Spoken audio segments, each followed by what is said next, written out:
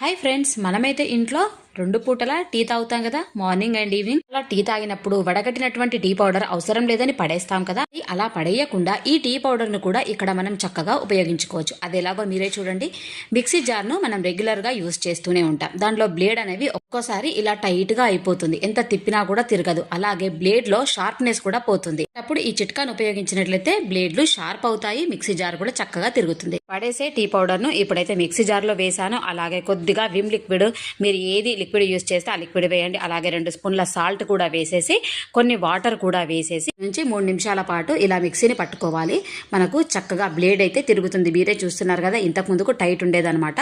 So ఇలా 2-3 సార్లు మనము ఇదే మిశ్రమాన్ని మిక్సీ పట్టుకున్నట్లయితే గనక మిక్సీ జాడి బ్లేడ్ అనేది షార్ప్ అవడంతో పాటు ఇలా ఈజీగా తిరుగుతుంది. టైట్ గా ఉన్నటువంటి బ్లేడ్ ఎంత లూజ్ గా ఇప్పుడు చక్కగా తిరుగుతుందో మీరే చూస్తున్నారు కదా. ఈ విధంగా అవసరం లేని టీ పౌడర్ మనకి ఎంత చక్కగా ఉపయోగపడింది. ఇలాంటి యూస్ఫుల్